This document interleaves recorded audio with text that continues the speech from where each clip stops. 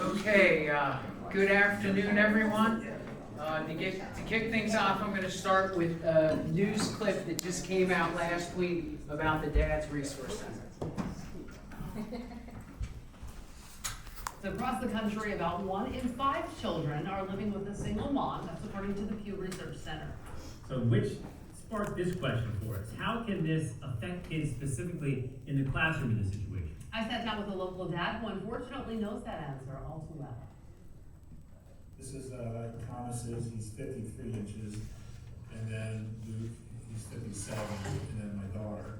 Judging by the markings on the wall, before long, Terry Ray Snyder's kids could be as tall as he is. When his 3 were younger, Terry worked the night shift, spending much of his day with his daughter and 2 sons. I did, the morning breakfast and the diapers and the lunches. But Terry's family dynamic changed drastically when he and his wife divorced. At first, I had primary custody of my daughter, who's 15, and then I had every other weekend with my sons. They don't speak because they're autistic, and I would see school reports where my son was walking up and down the hallway, crying, asking for dad.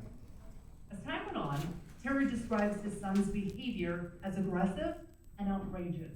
At one point, they had to do an emergency lockdown in the school because my son had climbed on top of the library shelf. Terry says his teenage daughter was also struggling. That's one thing that I always tell people, the trauma that fathers go through, that you had. Jeff Steiner works with divorced fathers like Terry every day.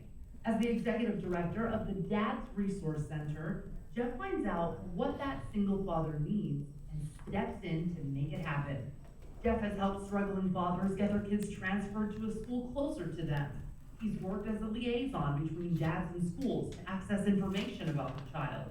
And Jeff has even helped find funding for dads to pay for extracurricular activities. There's a lot of data out there that shows that children who benefit from having their fathers actively involved in their upbringing are more successful in school and then later in life. Case in point, children raised in homes without their fathers were less likely to graduate from high school, twice as likely not to get a college education, and 94% more likely to use social services as an adult. After 2 long years of court battles and finding a new advocate, Jeff, Terry says he and his children are in a better place. To other dads watching, he says, You're not alone. It's not just you. There's a lot of other dads out there. So you gotta just keep fighting.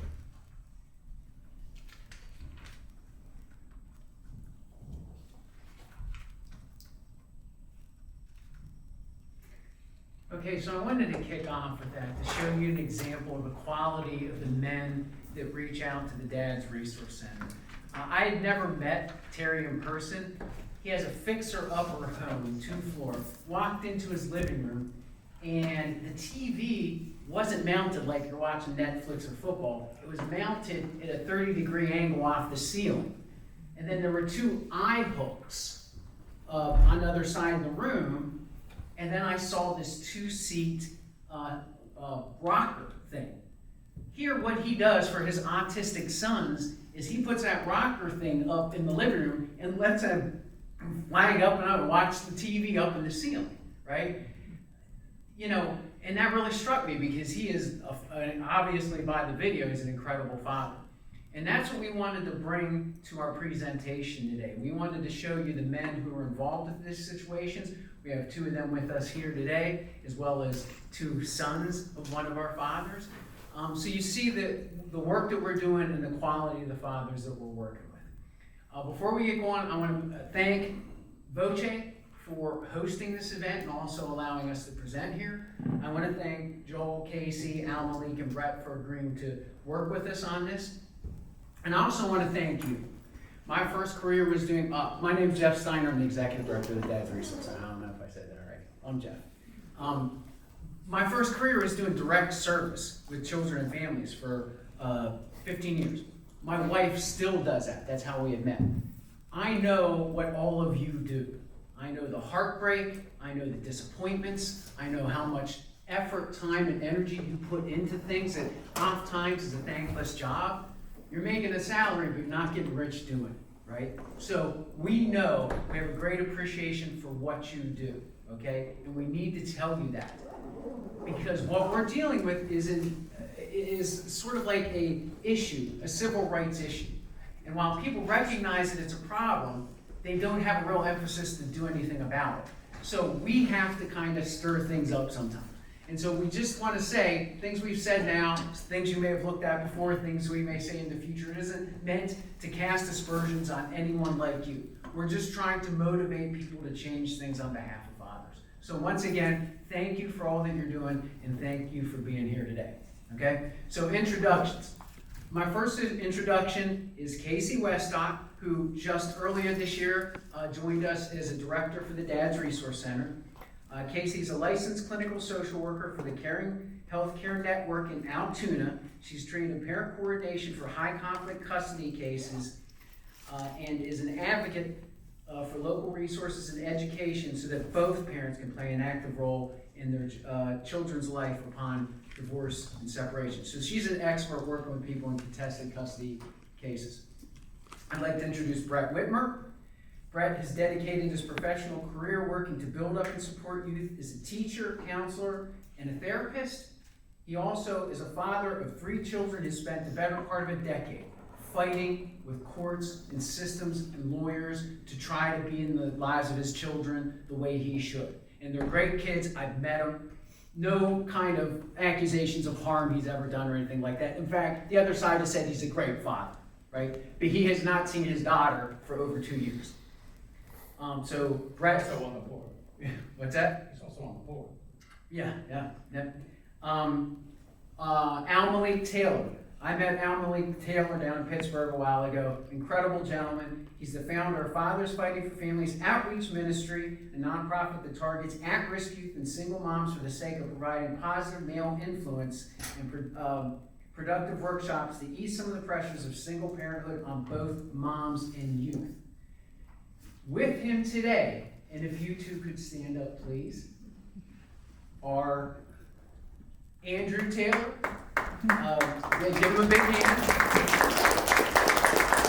Andrew is a freshman at Valley High School, an honors student. Excuse me. Sorry. Andre. Andre. Yes. Okay. The other one is Andy. Okay. You were talking about a freshman in college, I'm sorry. I meant at Valley High School. I'm sorry. So like he's a freshman, so the younger one is a freshman at Valley High School. Did I say Penn State? No, you don't. Okay. Oh, okay, all right. So, all right, so, but he's an honors student. Now, and the cat's already out of the bag. Now, and Andre, the older brother, is a Nittany Lion.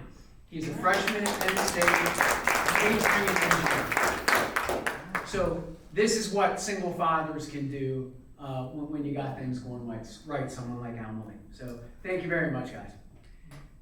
With those introductions at hand, I'd like to, one more introduction. We have with us Ken Grau. Ken does this professionally. He has gratis agreed to videotape this so that we can use this. Know that he is just videotaping what we're doing. He will not be videotaping any of you, okay? So, and if you could give Ken a hand for doing this.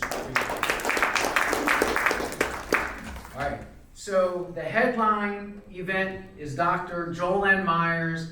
Joel hired me 2017 to be the executive director of the Dad's Resource Center. We've worked together to be able to build the Resource Center up. Joel is the founder and executive chairman of AccuWeather. AccuWeather is the largest weather source in the world. Global headquarters here in State College, and the company serves more than half the Fortune 500 companies, as well as thousands of other businesses and government agencies across the globe. Combined with their app and AccuWeather.com, they reach globally over 1 million people a year. Billion. Wow.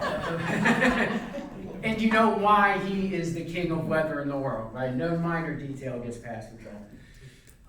And they're recognized as the most accurate weather source that is out there, and thanks to their weather forecasts, they believe that over 10,000 people will save their lives because of the weather information that they put out there. Joel is a father of 8, a grandfather of 10. At one time, had one of his children in his house for like 3 decades running. Oh, I'll give you a statistic. But I have 8 children, yeah, and I've had at least 1 child in my household for 57 years. right. So Joel knows a little bit about fathering and parenting, and 10 grandchildren. And in addition to all his many other philanthropic endeavors, he founded the Dad's Resource Center to provide education, resources, and advocacy for single fathers struggling to be in the lives of their children due to family court, county, and human services system. So if everyone could give Joel a hand, he'll come up and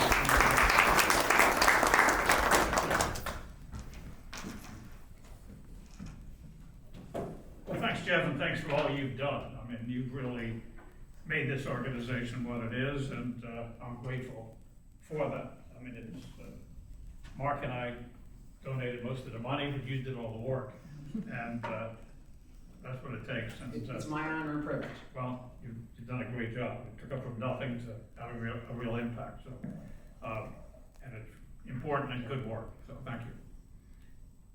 Well, hello, everybody. Good afternoon. I appreciate you all being here. As community leaders, we've gathered at this forum to explore how we can better address the primary sources of trauma that impact children and families here in Pennsylvania. In 2015, I founded the Dad's Resource Center because I believe that father's absence, and more specifically the way our family courts, county and human services systems, and various biases obstruct father-family involvement. This is the single biggest under-discussed crisis that exists in our society today. I've seen in my lifetime many biases attacked and conquered. Others we're still working on, but we've made a lot of progress, except in this one area. The Adverse Childhood Experiences Questionnaire, developed by Anda and Felitti in 1998, shows that separation or divorce of parents is one of the top 10 primary sources of trauma to children. Shouldn't be a surprise. Also, according to the Annie Casey Foundation Kids County Report, an amazing, look at this number, an amazing 23,626,000 children under the age of 18 in the United States live in a single-parent household. That number again, 23,626,000 children under the age of 18 live in a single-parent household. Most of those with their mother, and many of those with limited contact with their father. In Pennsylvania, that number is 866,000. Think of it. Nearly 1 million children in the state of Pennsylvania growing up without the significant presence of their father in their lives. And in many cases, it's not because of a lack of interest or desire by their fathers. How could this be considered anything but a major crisis? I'm sure that no one would disagree that any child who is unduly denied the love and guidance of their father is immeasurably harmed. This is the definition of trauma. Given the extraordinary number of children who are growing up without their fathers involved in their lives, damage is not only being done to the children, but to our society and our country, not only culturally, but also psychologically and economically. There's a great deal of unchallenged research that show that children, on average, develop more fully and have better outcomes when both parents are involved and engaged in their upbringing. To help illustrate this point, the Dad's Resource Center's analysis of the National Longitudinal Survey of Youth, 97, clearly demonstrates the harm statistically to children. These children were 11% more likely to have smoked, 13% more likely to have needed mental health treatment, 20% more likely to have done hard drugs. 33% more likely to have intercourse before the age of 17. 71% more likely to have been convicted of a crime. The obvious takeaway from this data is that the absence of fathers is a leading factor in many of the social ills facing this nation. Furthermore, father's absence has many other negative impacts. The National Longitudinal Survey that I referenced showed that 11% of these children were less likely to have volunteered in their community when they grew up. 13% less likely to donate to a charity, 26% less likely to vote. Clearly and undisputably, children tend to do better and be more productive citizens when they have a father in their lives who mentors them to help, to give to others, and participate in our society and our democracy. Also, and very importantly, fathers play a massive role in the ability of their sons and daughters to get ahead in life and be better able to provide for their own sons and daughters. The children in this survey were 43% less likely to have graduated from college, 43%. 94% more likely to have used social support programs like WIC and SNAP. Made 26% less annually, $43,938 versus $59,490. That's over $15,000 a year, which adds up to over $500,000 in their lifetime. These kinds of deficits make it nearly impossible for such children, on average, to advance beyond their socioeconomic status that they're born into. This is a tragedy. Collectively, the huge number of children now being raised in a single-parent household is having a devastating cultural and financial impact on the United States of America. To put the collective loss of annual income, we found the National Longitudinal Study of Youth 97 analysis, we put it into perspective. We used data from both the U.S. Census and the U.S. Bureau of Labor Statistics to estimate the total lost wages for American adults who grew up without fathers in their homes. That number is $490 billion annually in 2020 dollars. This is the ultimate cost to all of us, the taxpayers. In 2008, both Dr. Benjamin Scarpati and the National Fatherhood Initiative made projections on the annual cost to taxpayers of fathers absent. At the time, they both estimated the cost at about $100 billion. In 2021, the Dad's Resource Center updated these calculations based on their models using more recent data, and we calculated the cost to taxpayers to be $270 billion annually in 2020 dollars. That's obviously, they've risen since then. This is a result of need for additional programs such as supplemental security income, food stamps, school breakfast and lunch programs, Medicaid, Head Start, public housing, and other forms of governmental assistance. Putting the cost of taxpayers and lost wages together, adding it all up, the cost in 2020 dollars was $760 billion, $750 billion. It's probably close to $1 trillion now, but it's 3% of the GDP of this entire nation. It approaches the defense budget and many other huge expenditures by the federal government. And this is only some of the economic damage that we can quantify. There is little doubt that children in our country suffer greatly when our children do not have their father's love and guidance while growing up. Simply put, mothers and fathers give different but very important things to their children.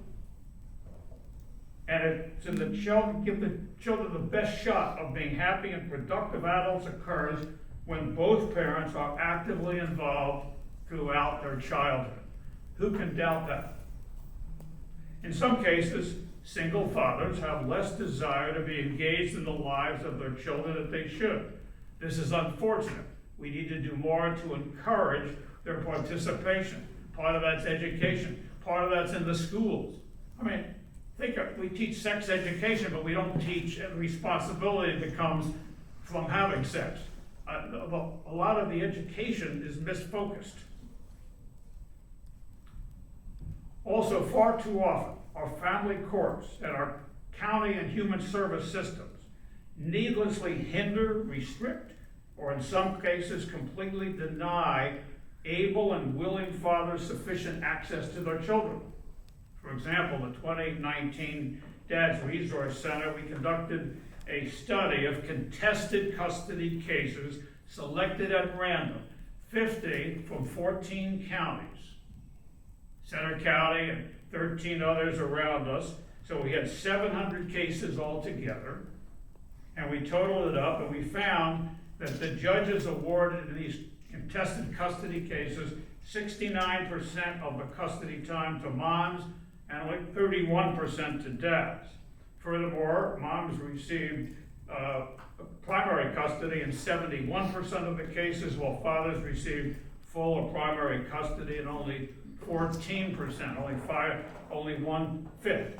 And in 15% of the cases, both parents were treated equally by being awarded joint custody. Now keep in mind, these are contested cases where both mom and dad went into court and spent thousands, and in some cases tens of thousands of dollars or more in legal and attorney fees.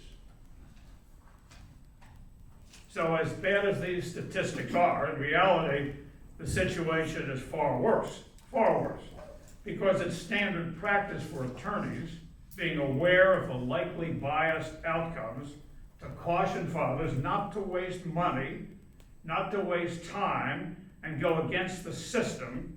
And attorneys often urge dads to settle for less custody time than they truly want. So again, this 69-31 is just for contested cases where there was fighting. That's probably only a fraction of the overall cases. So these results are reflective of a system that encourages conflict between separated parents, causing the children to be exposed to persistent tensions, uncertainty, and being caught in the middle of conflicts between the parents. This makes the trauma of divorce or separation of the children far, far worse. Last year, in partnership with the National Parents Organization, the Dad's Resource Center commissioned and paid for an independent poll of the attitudes of a cross-section of Pennsylvania regarding shared parenting when parents live apart. The results of the poll were astonishing. A full 97%, 32 out of 33 people who responded, believed that children with separated parents should have equal access to both parents. And 94% believed that it would benefit society if more children in separated households had both parents significantly involved in their lives. However, 65% of the people surveyed, nearly 2/3, believe that family courts are more likely to treat mothers preferentially. Only 28% of those surveyed and randomly across Pennsylvania believe that the courts are more likely to treat both parents equally. Clearly, the infrastructure is out of touch with the desire of most of the citizens of the state of Pennsylvania. We share these statistics today to illustrate that there is a huge and dangerous disconnect between what the citizens of Pennsylvania want and believe is right and what our courts and state agencies are actually doing, especially if there's a possibility of a perception of gender bias. Sadly, this is only one example of the systematic biases that result in children being denied access to their fathers. Let's look at some of the others. You have to look at the evidence. We believe I'm a scientist by nature, so I told Jeff that we got to do surveys. We got to see what the facts are. Pennsylvania's Child and Family Services review for the U.S. Department of Health and Human Service Administration have consistently shown lower rates of caseworker contact, lower amounts of case planning and engagement with fathers than with mothers. The 2017 DFSR report noted that, quote, the lack of parental engagement across all case types was more frequently seen with non-custodial parents, most often with fathers, end of quote. These are the single fathers we're talking about today. Part of this is reflective of there being a much greater proportion of female staff employed in the child welfare system. In 2019, the Dad's Resource Center surveyed all the offices of children and youth in Pennsylvania. We did a complete analysis across the state, and we found that 82% of staff were female and 18% were male. The ratio of supervisors was even more extreme, 84% to 16%. Now, this doesn't mean there's definitely bias, but it does suggest that there's a misrepresentation here, or a father's voice may not be heard or appreciated. Does such a misrepresentation of either gender exist in any other state agency? Would it be accepted? Is it known? Clearly, there are significant differences in the perception, experiences, and needs of women and men as clients in the human services system. This pronounced discrepancy in available male versus female direct service providers makes it less likely that they will be able to prioritize and effectively connect and engage with fathers. Since the inception of the Dad's Resource Center, over 200 often desperate fathers have reached out to us to help. Most people don't know we exist. Somehow they've tracked us down. Many of those that found themselves locked out of their children's lives due to the family court system have communicated to us their perception of bias against them from court-appointed guardian ad litem. Others appear to be the victim of misused orders of protection of abuse, including some that have joined us today. We have attempted to investigate these concerns, but have found that there is insufficient record keeping and oversight at the county level regarding the issuance of protection from abuse orders, believe it or not, as well as a lack of standards and reporting for guardian ad litems. No qualifications anywhere we can find, no reporting of what they did, no record keeping of any possible bias. This is problematic because children are losing access to their fathers through bureaucratic dereliction. But we're unable to quantify the problem, to be able to come up with ways to resolve them. Either the records do not exist or we were stonewalled. We went through all the official ways, proper ways of asking for this data. According to a 2016 staff study by the Joint State Government Commission, quote, this is a quote from that report, it's frequently alleged anecdotally that false claims of domestic violence are filed and PFA orders obtained as a tactic in divorce custody proceedings, end of quote. When the Dad's Resource Center reached out to district attorneys across the state, county by county, many of them were candid off the record in telling us that during their time, both in private practice and in office, they had seen PFAs misused for that purpose in virtually every county. This is not fair. This is not right. We all stand against, and we must stand against unfairness. That's not to say that in some cases PFAs are totally justified. There is absolutely no excuse for any type of abuse on either side. Absolutely none. But when such a claim or charge is weaponized, it undermines the whole value of it and is not fair to those that are falsely accused.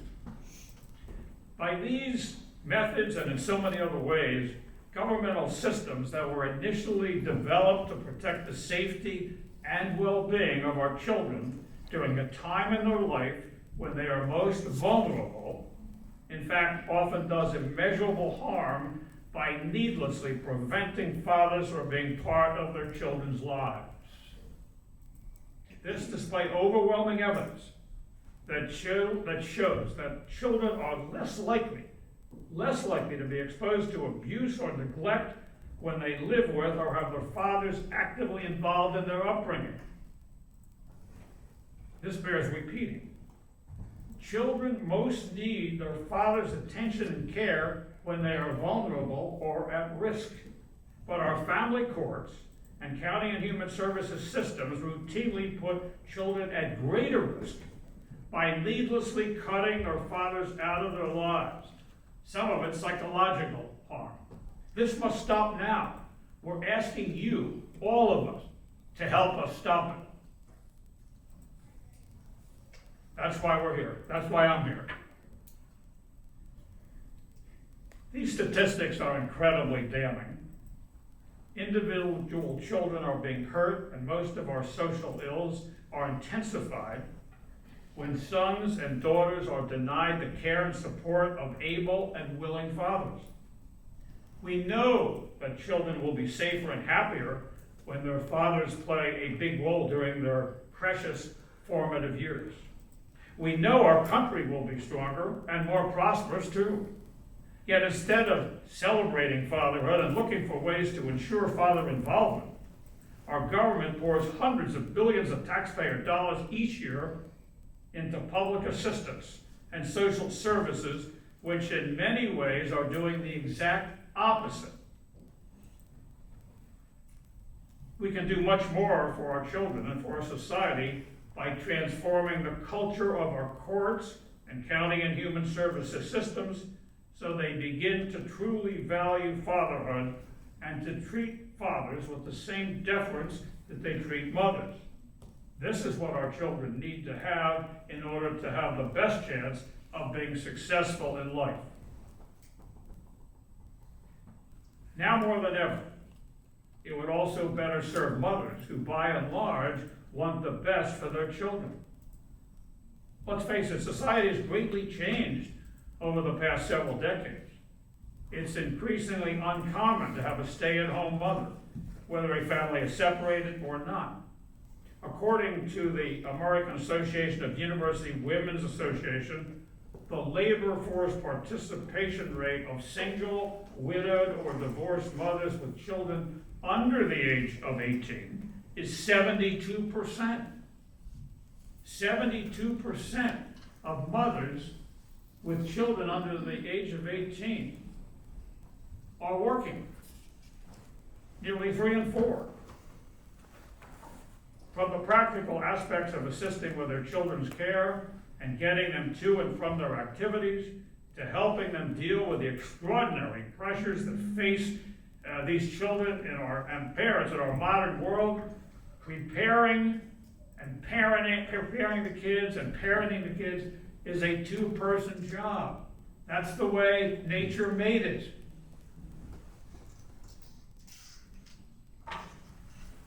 In our internet and social media age, children face extraordinary and unprecedented pressures. They're constantly bombarded by outside negative influences. The high cost of post-secondary education and our rapidly changing job market and society are making it tough for them to plan for their future. It's often just too much for one parent to handle it all properly. Whether they live together or not, our children desperately need both mom and dad working together on their behalf. As a partner in raising their children, fathers can and should provide vital support and relief for mothers. According to the National Fatherhood Initiative, when fathers are actively involved in raising their children, mothers benefit by being more likely to receive prenatal care, being less likely to smoke during pregnancy, having healthier births, and having lower risk of postpartum depression. These are the statistics. Sometimes the simplest answer is the best answer. The best thing we can do to support mothers is to ensure father involvement. It's in everybody's interest to solve this problem. Nearly all of the powerful institutions, private and public, state and federal, far too often end up working in concert to deprive children of their needed father-family involvement. Even prior to the pandemic, these systems and the people in them were overworked and burdened by incredible complex and challenging situations. We get it. As well as increasing bureaucratic paperwork and procedures. While most people in the field do this work out of good spirit, many are trying to keep their heads above water and do not have the capacity to change how these systems operate. Without directives and guidelines that ensure fathers are treated equally, the biases and the barriers they face will continue. By their very nature, governmental institutions rarely change their processes without external prodding. Pennsylvania has 67 counties with nearly 1,000 family court judges, tens of thousands of attorneys practicing family law, thousands of county and service providers, and tens of thousands of staff working for these agencies. This crisis has existed for decades, and our state and federal governments have had very little motivation to do what is needed to address these issues. That's why the 2018, starting in 2018, the Dad's Resource Center joined with the fatherhood advocates from across the state to launch the Pennsylvania Greater Father Family Involvement Campaign. This was 5 years ago already. The primary objective of this campaign was to get House Bill 1731 to create the Pennsylvania Advisory Committee on Greater Father Family Involvement passed. Last year, we achieved that goal. I gave 2 or 3 speeches on the steps of the Capitol. We took a lot of people, but we got the bill passed out of the General Assembly unanimously. This was incredibly validating, as many of our elected officials have been personally touched by situations where good fathers were denied access to their children, and many of them had constituents come to them desperately pleading for their help in breaking through these barriers. Signed into law by Governor Tom Wolf, and now designated as Pennsylvania Act Number 114 of 2022, this law codifies that, quote, the public policy of the Commonwealth is to end institutional barriers that may impede fathers in fostering supportive connections with their children, establish support mechanisms to enhance the ability of fathers to assume a beneficial parenting role, and assist men in preparing for the legal, financial, and emotional responsibilities of fatherhood. End of quote. We have seen some movement on behalf of fathers in other states, but to my knowledge, no other state will have officially acknowledged the existence of institutional biases and barriers that impede fathers' ability to be in the lives of their children, much less mandate action to eliminate those barriers. This legislation is truly groundbreaking, which is why other states and national organizations are watching us closely and are asking and inquiring about how to move forward like we have done. In a political climate where we all seem to agree on so little, for us to have generated this kind of support between Democrats and Republicans, between men and women, between those in urban and those in rural areas, illustrates how this issue touches nearly every family's life. The Advisory Committee on Greater Father-Family Involvement has been formed as a result of that legislation and is now currently hard at work. Jeff's part of that work. At the end of this year, the committee will submit a report to the governor and the General Assembly. Among its recommendations will be the establishment of a long-term or permanent fatherhood commission, along with defining its power, duties, and funding. At the same time, the fatherhood advocates who worked so hard to get the bill passed have transformed into the Commonwealth Citizens Council. The mission of the Citizens Council is to, one, strengthen families and improve developmental outcomes for children by promoting greater father-family involvement in the lives of children, family, and communities. Two, intentionally transform social service agencies and other systems of care to adopt and institutionalize a father-inclusive posture toward men within families. And three, recognize the voice of men who have experienced or are experiencing family disruption and the impact it has on their lives as well as the lives of the children they have fathered. But we need more than this legislation. We need everyone's help, your understanding, your commitment, and your work to reverse the decades of bias towards fathers, which leads to more trauma in many of our children. Most people and many of the professionals in the field recognize that this is a real problem, recognize this is an important issue, and are empathetic to the cause. When we first gave a talk here 4 or 5 years ago, we had no idea how it would be received. We didn't have a lot of outside information. We just had a feeling this was a problem. And as you can see, I am extremely passionate about this issue. So much so that I, along with my fellow co-founder, Mark Lynch, created and have provided most of the funding for the Dad's Resource Center over the 7 years since we began.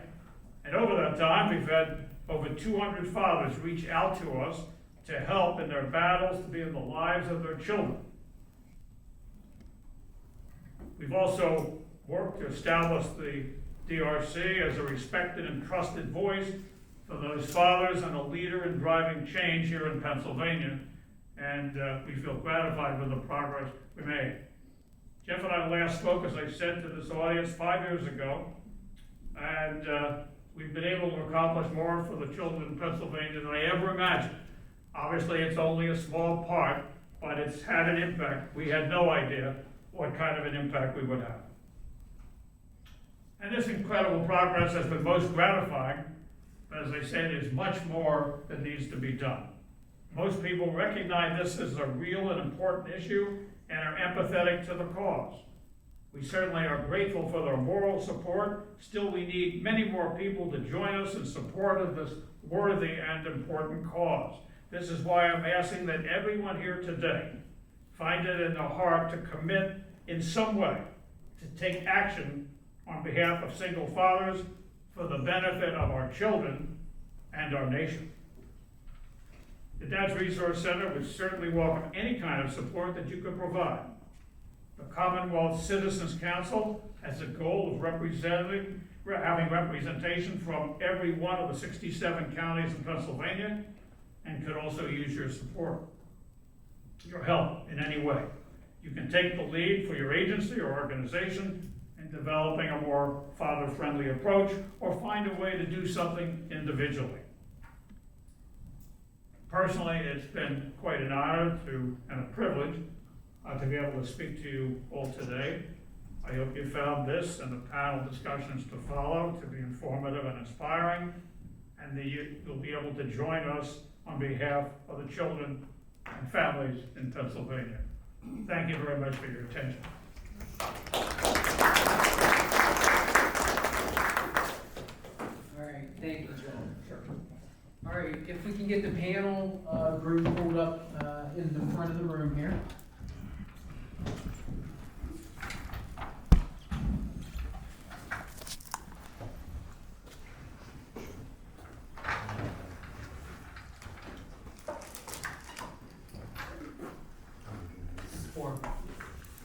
Joel, you can, right.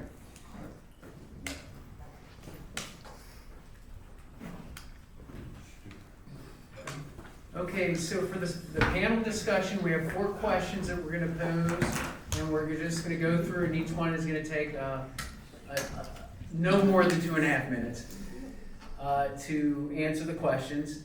And this is a way of relaying the information from multiple voices, multiple experiences in the group, everyone who's in attendance here today. So does that mean we don't get to ask questions? On the back end, let's see how we're doing, okay? If you would like to ask questions, we can do that at the back end. So, I think we should try and get everybody who wants to participate involved. okay, all right. Well, we'll get moving with some of our questions and we'll open it up. So the gig one, and we'll start with Casey. What do you view as the impact of divorce and separation on children? So my view, again, I am a trained parent coordinator.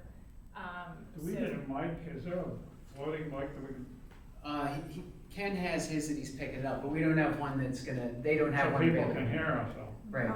I can hear We can hear you. Yeah. Okay, yeah, okay.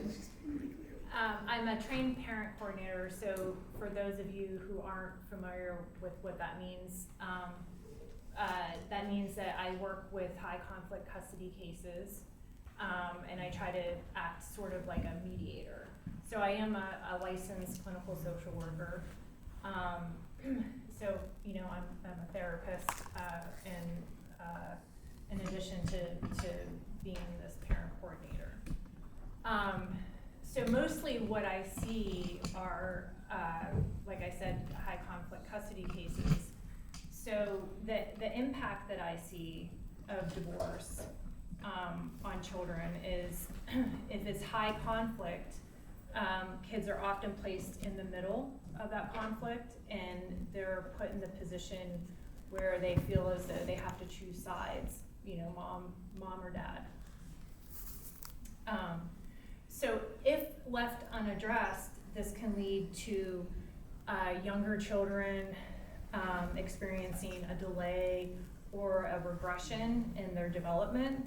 This is due to their, you know, experiencing significant trauma because of this high conflict and the back and forth. Sometimes parents will utilize what are called alienation tactics. And so obviously young kids, they're not able to articulate this. So they often display, like I said, a regression or a delay in development.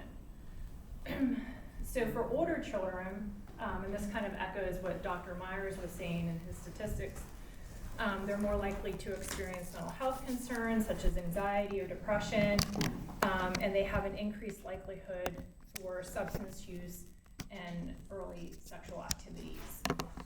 And again, this is, you know, sort of their way of acting out the stressors that they're experiencing between the homes. Thank you, Casey. Brett? I just start the timer. Yeah, you're on, bro. So Brett, background in social work teaching. I was a 2nd and 3rd grade teacher for 13 years. Then a therapist. Now I work for a cyber school, working with some really amazing families and kind of high-risk families that have anything going on from homelessness to, you know, sometimes a terminally ill parent, for whatever reason may cause them to shift to cyber, and just kind of working to strengthen those families. But with regards to the impact of divorce and separation, I've experienced that personally and professionally. I think the hopelessness is the resounding thing that I see with kids, where oftentimes their voices aren't heard and they're so discounted, or they are heard once and then subsequently ignored as court proceedings drag on. And just what we know as therapists, what hopelessness breeds is that depression, the suicidality, just the sense of giving up. But the way that that rubs up against academic successes and later achievement in life is just, you know, having been a teacher, and like you guys are all in helping professions, just knowing what some kids go to school with every single day, thinking, how are they gonna learn math? Like, how they're gonna focus on Alge and those steps when everything's falling apart. But also whenever they don't have the voice or necessarily the means to understand all the processes that are failing, to know how to go and speak about the help that they need. So those are certainly big issues that we face. Thank you for your perspective on that, brother. Sure. Joel? Obviously, I'm not a professional in this field, but I've lived my life and inquire about things. And so, what makes us a successful child? How do you raise a successful child? Well, you encourage them, but you have discipline. They know what the boundaries are, what's acceptable. Both parents try to be on the same page. That, and you encourage, you spend time on their homework, you celebrate their successes, you don't give a star for everything, you avoid that, and so on, so they know what success feels like and experience. Now there are conflicts in intact families. Sometimes mothers and fathers argue and don't agree anyway, but at least there's more of a chance they'll work it out. When they're hearing different things, and there isn't that, and there's not that communication between the mother and father, children know how to work the system, get away with things and so on. There may be too much focus on, what the other parent did wrong. There should never be a discussion about criticizing the other parent, but it's very difficult in a situation of a breakup. There's hard feelings. One or both may feel that this is unfair, this is not right, my life's a mess, and whatever the case may be. And so they're taking it out on the child, or the child perceives that. You have parents in that situation, and we need to do a better job of educating before it all falls apart. They need to work extra hard. Extra hard. Parenting then becomes a tougher job. I've been through this myself.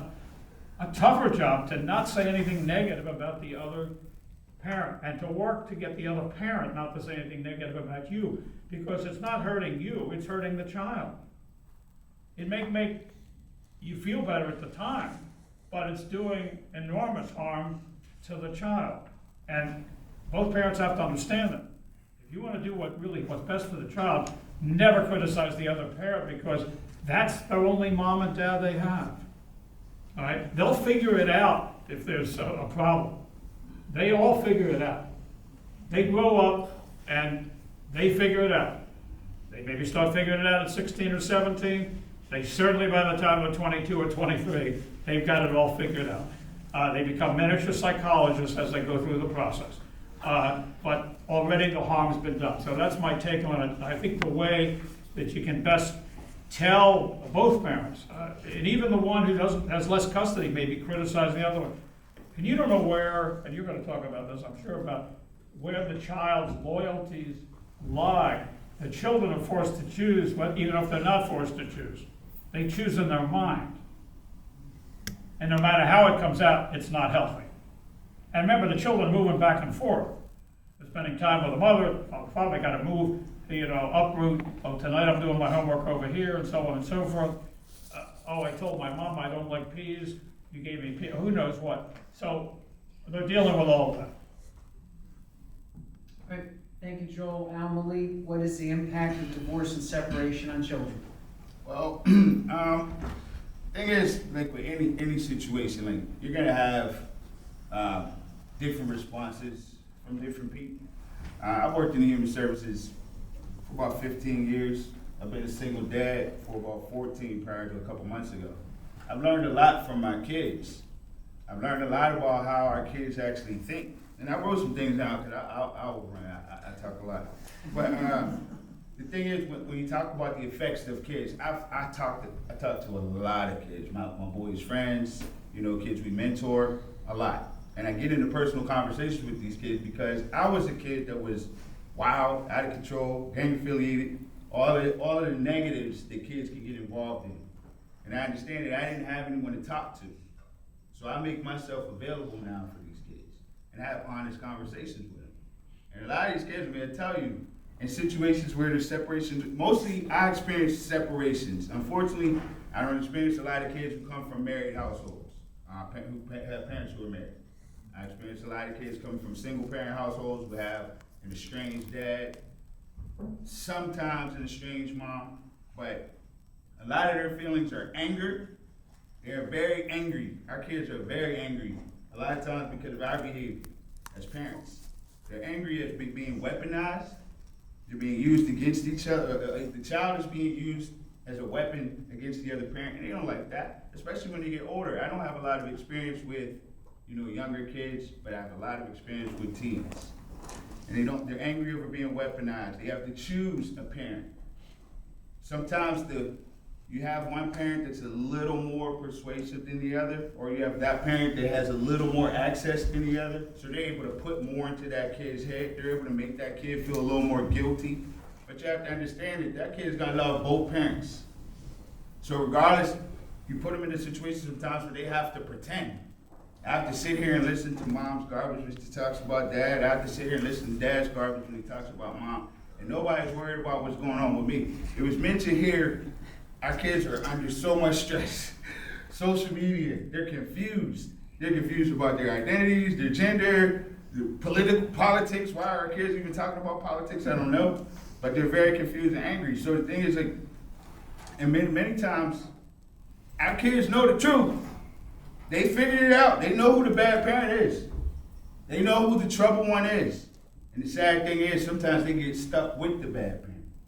Sometimes the bad parent has more money, more influence, more power in the court system. And so they're able to crush the other parent, basically. And then they get most of the custody. Most of the time is spent with that one parent.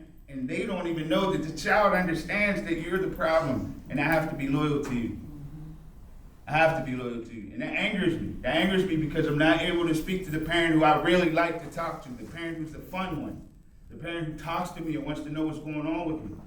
So we got to start thinking more, like I said, yeah, we can talk philosophically. We can, come up with what's going on. But the bottom line is the welfare of these kids.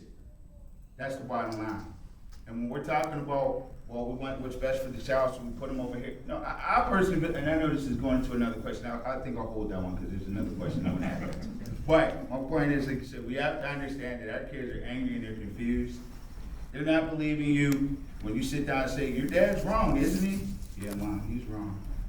That makes them feel bad when they have to. We even get our kids to lie on the other parent. we chastise our children for lying, but then we coach them into telling lies about the other parent. That's something we need to stop doing. So the bottom line is, like I said, anger, resentment, embarrassment. Our kids are embarrassed when they go to school sometimes. And other kids are cruel, so they will make jokes. Oh, your dad couldn't get along with your mom, huh? Oh, your mom and dad, that's embarrassing to these kids. Very embarrassing. We have to consider, like I said, a lot of emotions going on with them in regards to these separations and breakups. So this is why I love Al Malik. He's got a way of saying it real in a way which people can hear. I'm going to ask one more scripted one, then if we got questions, we'll open. Why don't you ask the people ask? You want to just open it up? Yeah, You guys okay with that? If you don't get all through, I Okay. think All right, it's fine. probably a question. If not, then we can go on. Go ahead, questions. Well, I'll ask just generally, you mentioned you and your partner sort of fund this. Do you get funding from any other source for the Dad's Resource Center? A couple banks gave us some money. We pitched a few banks in central Pennsylvania did contribute some money, but 98% of the money, Mark and I have contributed, so it's well over $500,000 we put into it at this point to keep it going. Go ahead. So, thank you, by the way, for sharing this today. It's really important and something that I find to be, like you said, under-discussed, under-dealt with. People aren't facing this issue. I represent the ELECT program for Pennsylvania, so I work with pregnant or expectant and parenting students across the state. And so we have 25 programs. I have some numbers I was just curious about because I've done a lot of research and looking into your site and even reached out a couple times. I would like to try to get some more involvement, I think, and attention to our teen dads. And so that's a big source of that's where my passion comes from, is these young men. So we had 2,281 young parents in our program last year. The number is down from the past. We think cyber school and some of the other things are a result of that. We're trying to find all of our kids. Out of that number though, astonishingly, only 285 were males. And we serve young fathers. And I say that with both a little pride but also a little concern, because I feel like our numbers of young dads, if you look at that, quite disproportionate. We don't, all 2,000 plus of those young parents that are female, they had a partner, right? They have a young male that's also a parent. And so I have a passion for teen dads. I'm wondering where that falls into your scope, if you have any of that going on within your work right now, and how we could maybe collaborate in the future. Yeah, but I would say, I'll answer that. We're always looking to work with and collaborate with people. That's something that would be my sweet spot. I'm on the school board for Bellefonte. Like I continue to work with youth. I'd say connect with me and we can talk it out and see what we can do. Yeah, I think the biggest thing, the reason I brought that up is really, if you think about the absent father, which it is an epidemic in my mind, I think we all agree on that, is how many of those absent father homes began as teen parents. And that's staggering if you think about the numbers. We need our young dads to be involved from prenatal all the way up through, and they're not getting the support of the mother's family, of the systems, of the schools, programs, and so we're really pushing for that, and I want as many people on board with this as possible to try to get our young men some attention that they deserve. They always want to be a dad. They just don't know how. Can I ask a question? Yeah, go ahead. Love Elect. If you haven't heard of Elect, it's an amazing program that empowers so many young parents and gives them opportunities, to become, I think, self-sufficient parents, certainly, knowledgeable parents, but also just to continue their education and keep things going. Yeah, I missed that part. Yeah, we do work with them to get their diploma or HSE and then on to college. Like financially, right? Yeah. Like there are incentives that, Yeah. and I definitely refer people to Elect. Thank you for that. Yeah, I think in my experience, in the position that I've been in now, 2 males, one that's actively working with them, and he's with his partner. The other just wouldn't take the step, and I think he had transitioned to working. And the dynamic was that his family had encouraged him to do that, and it's unfortunate, right, that I think to take more of a financial role than an emotional support role, but you also have kids that, young males at that egocentric adolescent age that are being thrust into this role with really no clue of how to proceed or how to be a great guy. So I do think that it's on us to model that for them, to guide them there, to get them there. But the one question, that I would have for you, and not in an accusatory way, in a way that is definitely curiosity related, would be, are you working with the moms to incentivize father involvement? And how are you identifying the other partner? And what opportunities exist there for them to grow and bring this person into the fold that may not be active from day one?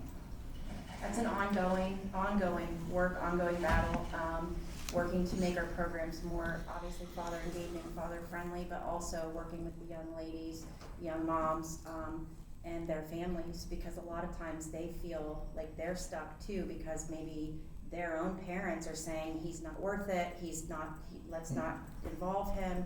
We're constantly dealing with child support, child custody issues, which you wouldn't think at that age, but that's a huge part of this. And so we're always working with our young moms about, we do co-parenting, we work on any way that we can get our young males invested in that as early as possible, but it's a struggle.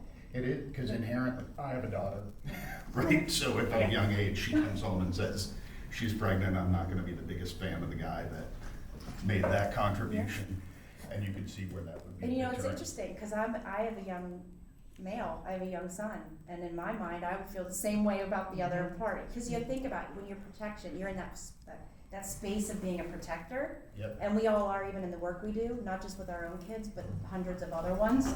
You know, we wanna protect them. I think hearing their voices and listening to them and sitting them down and really talking about the reality of the situation is the key.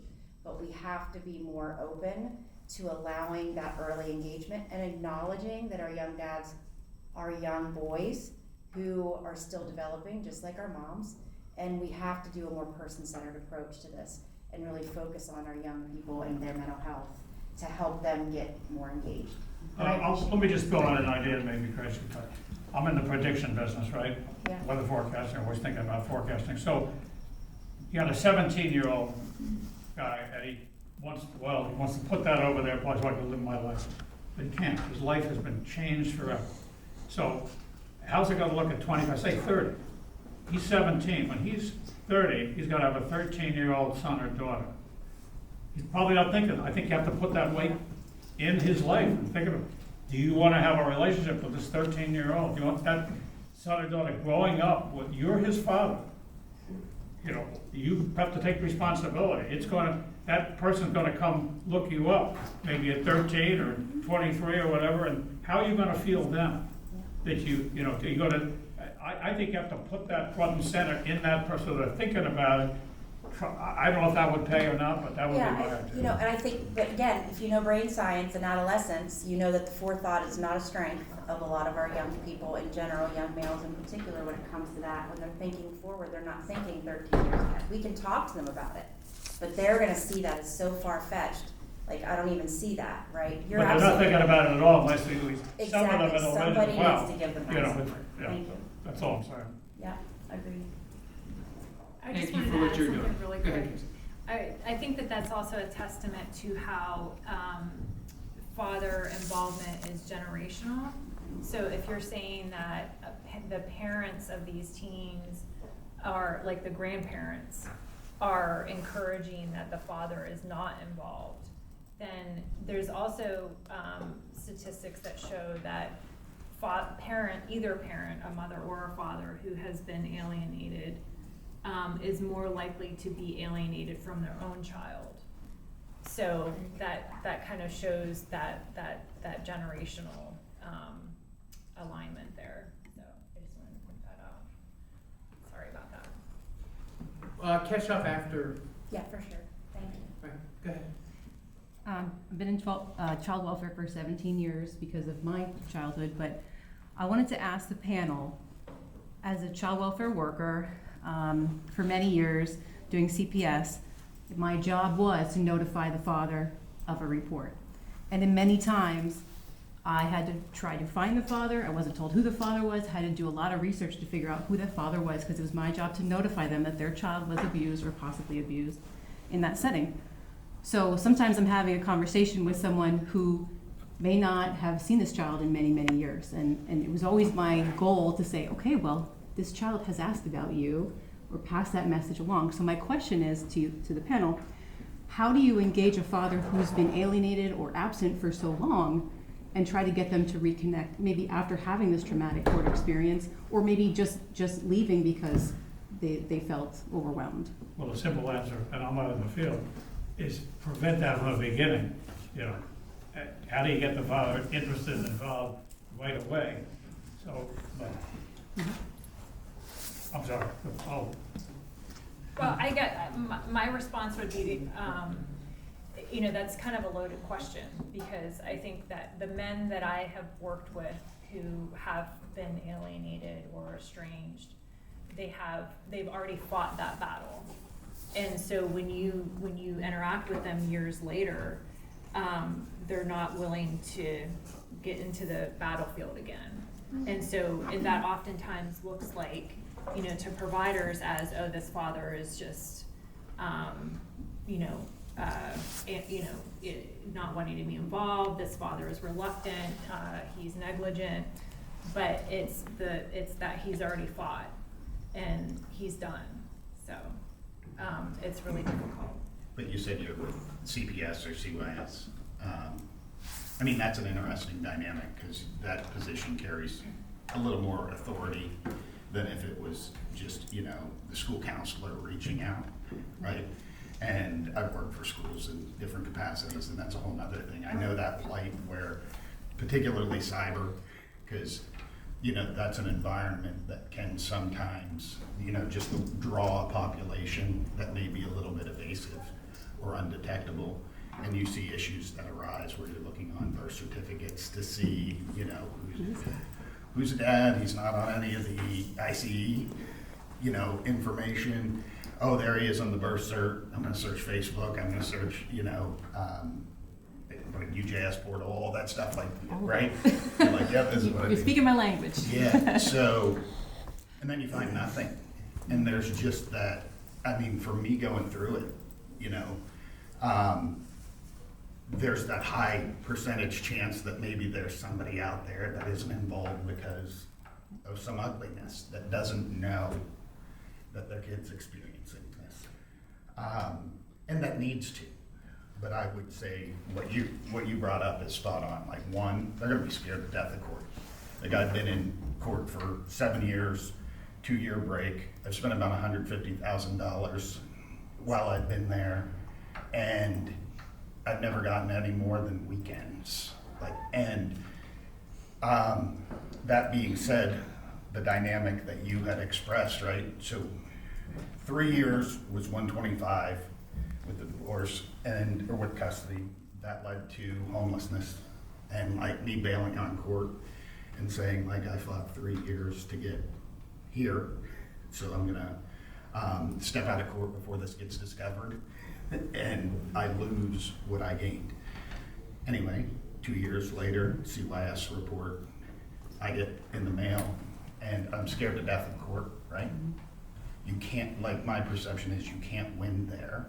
I've spent and lost everything, and my kids are worth it. But as a CYS worker, having the ability to come in to say, to be, one, conscious of this, Right.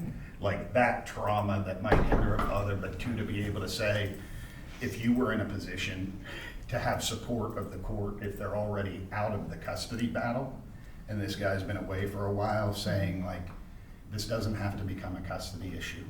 Right. Like, we have concerns that rise to this level, it's a safety concern. We could get a judge's order to say, this kid can be placed with you. Like, I think articulating that and giving, you know, an injured father the awareness of, we're not saying go back to custody court and fight for your kid. We're saying, you know, we need you, they need you.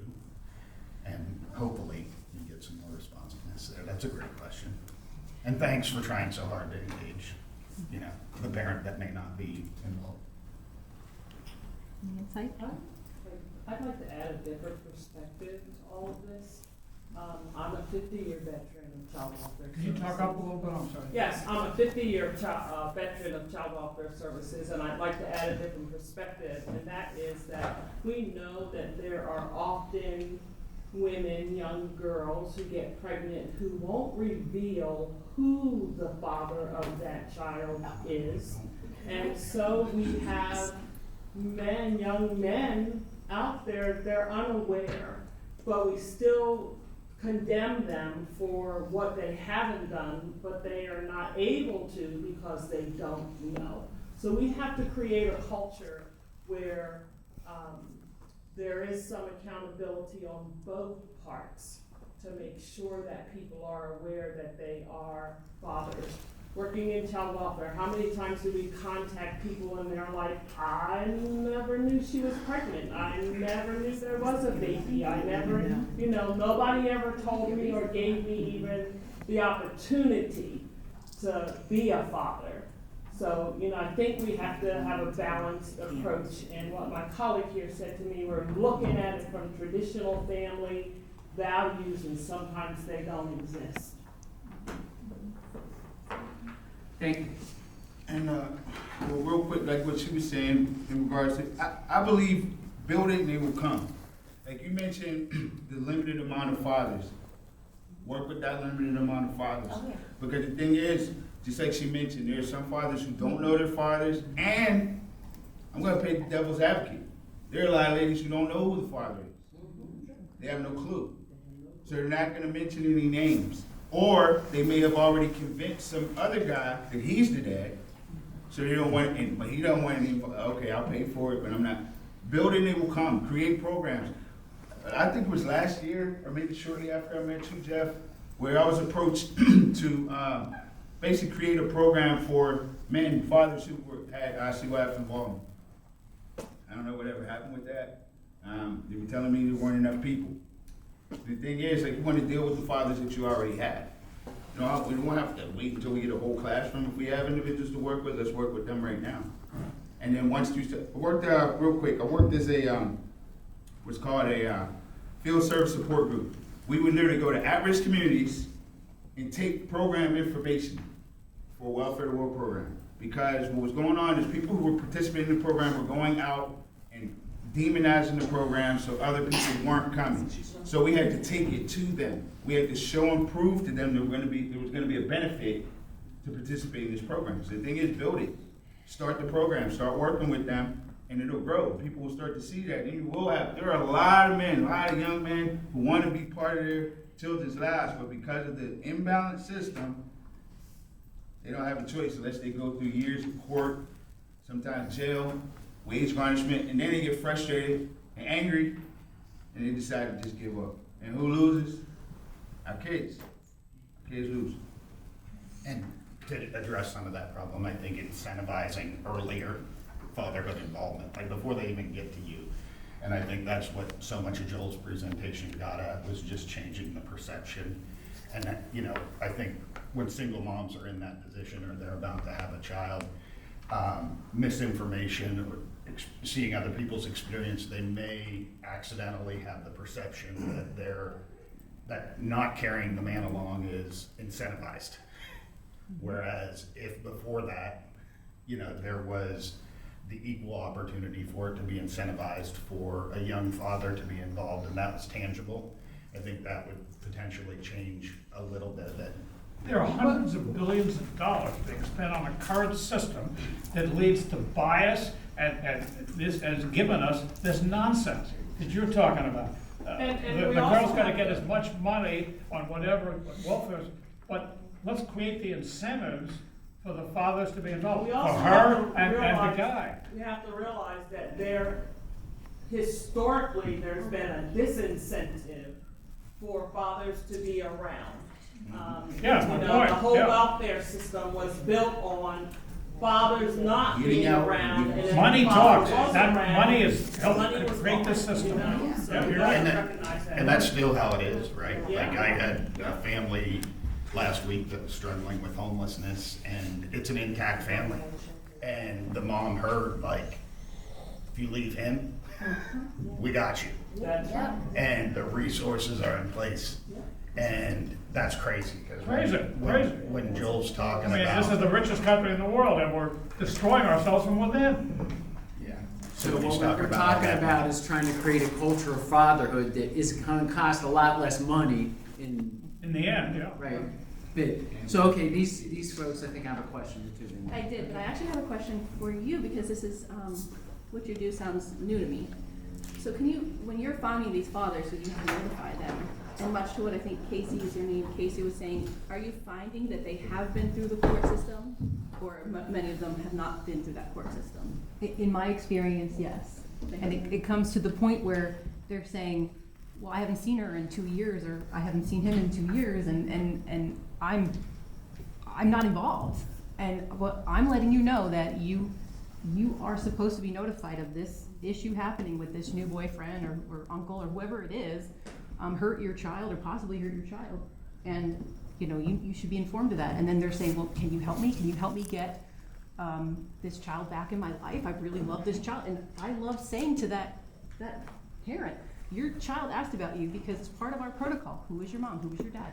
Who are the people that support you? But it's going to be tougher for that person to get back on, because it's going to be held against that dad. He hasn't been part of the child's life for 2 years. He hasn't taken the child to the Who do I doctor, send that gone to person to? school, knows what he's doing, whatever the case may be, And that's and that's all counted against. Yeah. That's the Oh, majority. it's very much a majority. Most of the children that we're investigating that are abused are from divorced or separated families. Oh, I believe that. I was asking, had they gone through court? Yes, and that was the majority of our families that went to the court system. Yes, That's not one of the reasons necessarily some women our use courts the either. PFA, to get that 6 months or 6 weeks or 8 weeks or 10 weeks.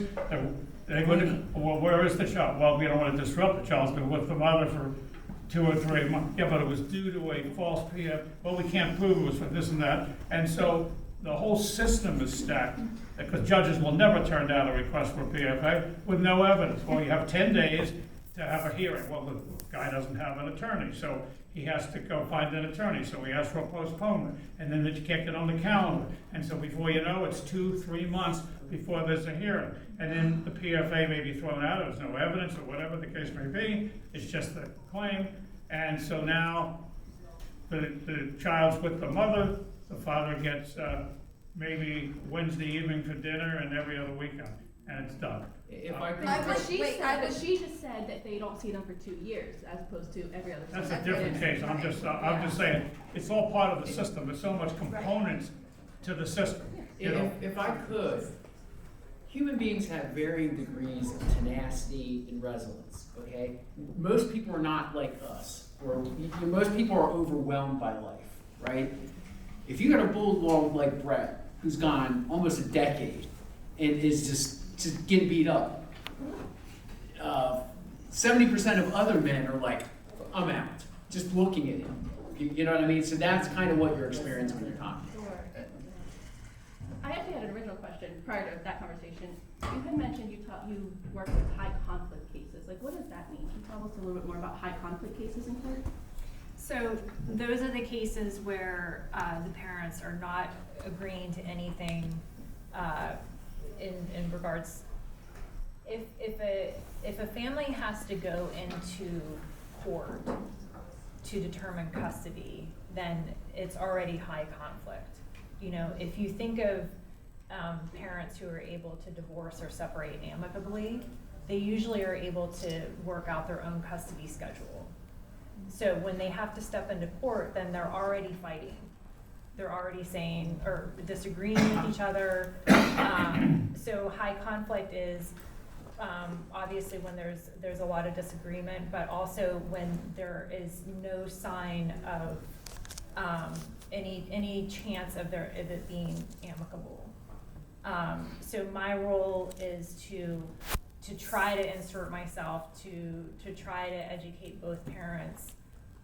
You know, because a lot of times it's, you know, they've been with each other, so they know each other's buttons. Mm-hmm. And so a lot of the things that occur in those dynamics are not, you can't see with the naked eye, because it's these small nuances that occur between them. And so I try to insert myself as much as I can to understand what this dynamic is between the two of them. What's going on, that this parent is reactive, or that this parent is digging their heels in, that they're not working with the process. Does that make sense? Sure. So you're saying that would be different, and I hear you're saying about, you know, claims of DV and PFA. So that would be different though if DV were to be found, domestic abuse were to be found. So that's not the cases you're talking about when abuse is present in a relationship. Right. Because conflict doesn't necessarily mean abuse. There's conflict in every relationship. Right. So. Yeah. So those would be treated differently once it's established that there's some sort of abuse that happened, whether it's between the partners, kids involved, not involved. Right. Those would be treated separately based on what you're saying. Right. And I hate that term too. Thanks for asking about it. Just as somebody who's been labeled as being in a high conflict divorce, I can, and I mean, I'm guessing you understand where I'm coming from.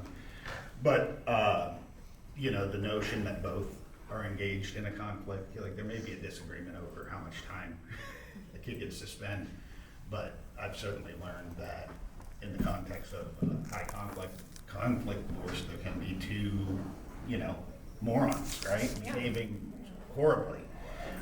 There can also be one. There can also be one that is incredibly aggressive and over the top with everything and can be met with no conflict, right? And that's just so hard, feeling like that's my position when you're being identified as a high conflict divorce case. I wish there was a different name. I think conflict doesn't necessarily mean physical conflict. No. Yeah, so conflict in general, and the One Love Foundation did a variety of studies. I learned about this at the Nantucket Project, and they found that, first of all, 70% of physical abuse is perpetrated by the man, 30% by the woman, but it's not 99-1, interestingly. And of course, the women physical is underreported because a man doesn't ever want to say, oh, he hit me. I mean, it's the last thing a man would ever admit. But when you look at total abuse, psychological abuse, sexual abuse, all types of things, it's 51-49. I mean, it's the battle of the sexes, let's face it. So, but when you look at the poster on the back of the door in the doctor's office, have you been hit? It's always a woman, John. It's all part of the system. I want to see that research. That's, we're here from the Domestic Violence Coalition, and I'm sorry? we're gonna challenge those statistics. Yes, we were just asking if we could see those statistics that you just quoted. 49, 51. One Love Foundation of total abuse, not physical only, includes physical, mental, psychological. Neglect turns that number a little bit, right? And also, One Love Foundation focuses on younger relationships, on adolescent relationships, and much of the research that has come out about the way adolescents are surveyed when it comes to acts of violence is inaccurate because of the way young folks have been surveyed. So for example, because of the way some young folks answer or asked the question, have you ever hit a partner? They may say yes because they've like play fought, right? Or they've wrestled, or you hit my phone. So we have to be cautious, and One Love is an amazing organization. But the way that the stats are, when we're talking about an organization that's citing younger people, we want to be really careful to not paint with a very broad brush, especially when even within that organization they've said, oh yeah, the way we ask this question needs to change and be updated. So Maybe, they didn't present it as being teenagers or very young, they presented it as But plus One Love it was founded by Yardley Love's family. Yardley was killed by her boyfriend when they were in college. So what the One Love Foundation does is elevate the experience of a family who lost a child to domestic violence.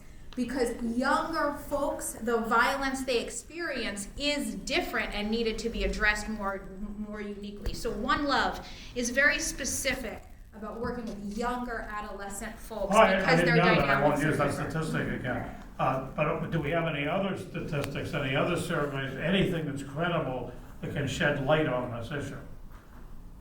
Are you asking, do we have it? Does anybody have it? Yeah. On what issue? Do we have any other information on On the amount of people who perpetrate abuse? experience abuse of all kinds? Yeah, I mean, the battle of the sexes, so to speak. I mean, what? I think you have a coalition We're not here to talk, this is your panel, but I want to make sure that, especially when we're talking in a gendered way like we are, and I get it, right? Like, we're here to talk about parenthood, and that's a very specific issue. But when we're talking about statistics that have to do, and you keep on saying the battle of the sexes, but like, please don't, because these are issues that transcend,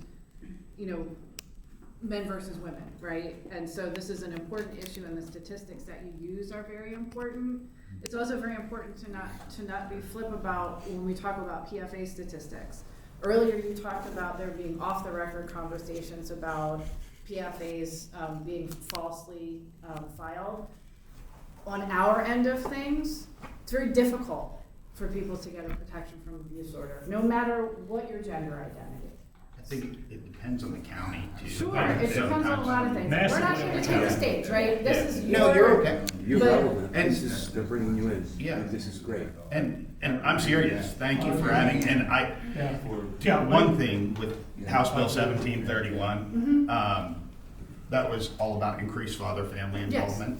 And so much of the wording de-emphasizes gender. Yes, we Right. looked it up, yep, Okay, absolutely. and that was intentional, Yeah, right? and we really appreciate that, but I think it's really important, and then I will get off my soapbox, when we're talking about statistics, because what you're talking about is important.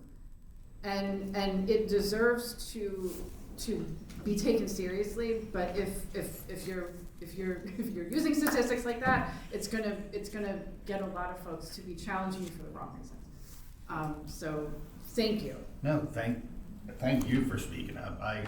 Seriously, if I inadvertently conveyed anything, slighted towards men or men's experience, I can say that I've worked with women and have friends who have gone through exactly what I've gone through. Yeah. And when part of what Joel spoke of, I think, was the family court problem. Yes. Right?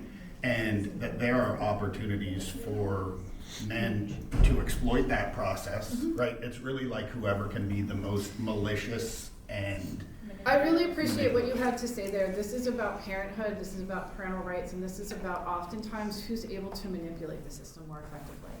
And so I think that that's a really important conversation to have, because that's a tactic of abuse, right?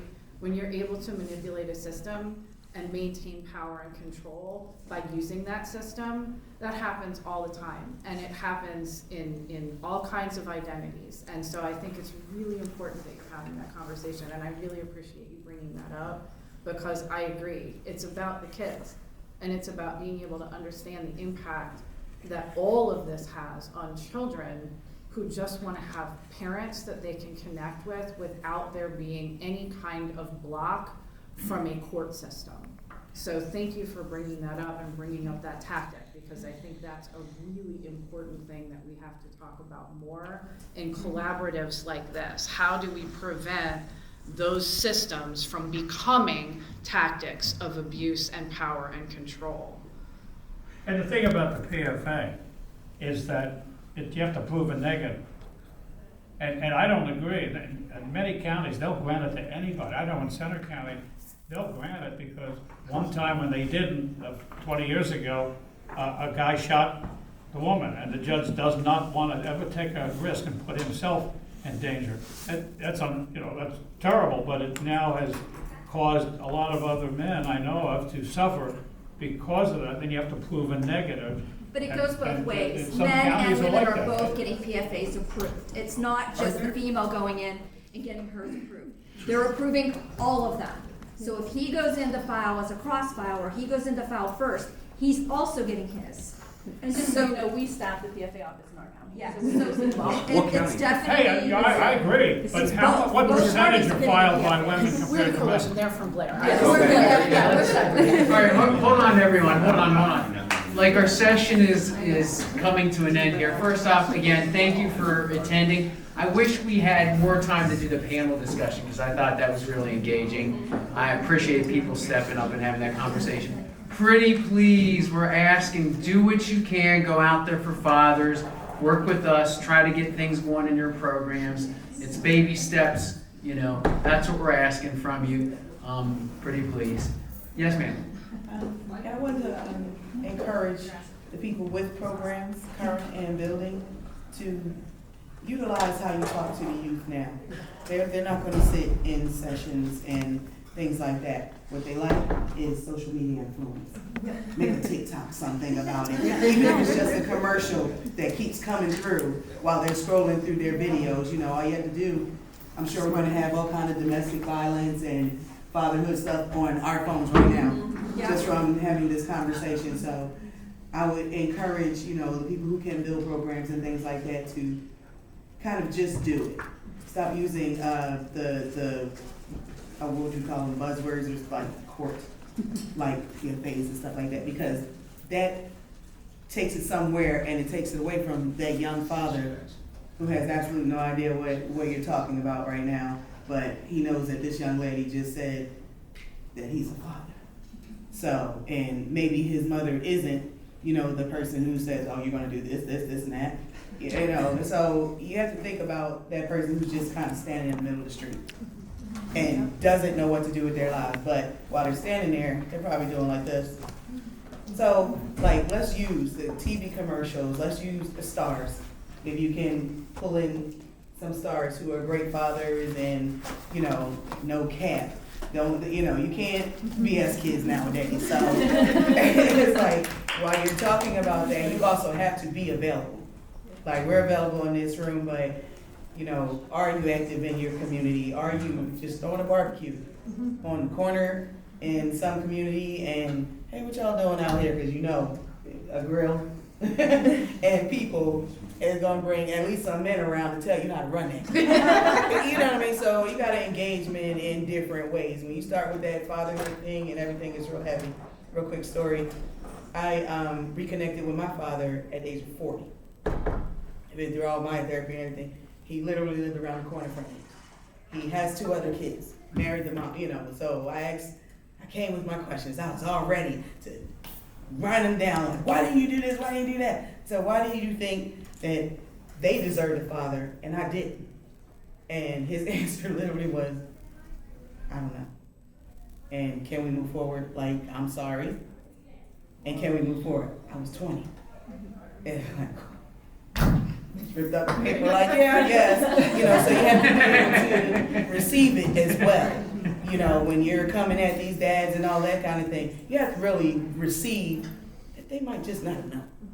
So that's what I would ask of the people in this room as a single mother, and my child's about to be 30, but but I went through it, you know, and luckily, and engaged the families. If that grandmother is trying to reach out to you, then talk to her. He will probably eventually come around. It might take 15 years, but just to that child knowing that they have another family. Yeah. And not just the dad, Yeah. but just another family. They may have an uncle. Half the lineage. Yeah. So that's my little input. And I wanted to point out for those people that are working in domestic violence, like, thank you. In my experience, it's the only people that my kids were able to talk to. So, like, you know, because sometimes, Yeah. the mental health thing's so messed up, right? For kids under the age of 14, that you need both parents' consent. And then over 14, sometimes courts step on that and even deprive them of the right to choose and muddle it up. But so 7 years battling for therapy, you know, that they still really haven't gotten, being able to talk to people at the DV program because it was categorized a little bit differently, and you all were knowledgeable and responsive. It's like the first people that they got it. So thank I'm you. glad they found that, whoever it was, not just us. Yeah. Because like Michelle said, it's all about the children. Absolutely. 100%. Thanks for all your Thank you. Don't forget the BBC.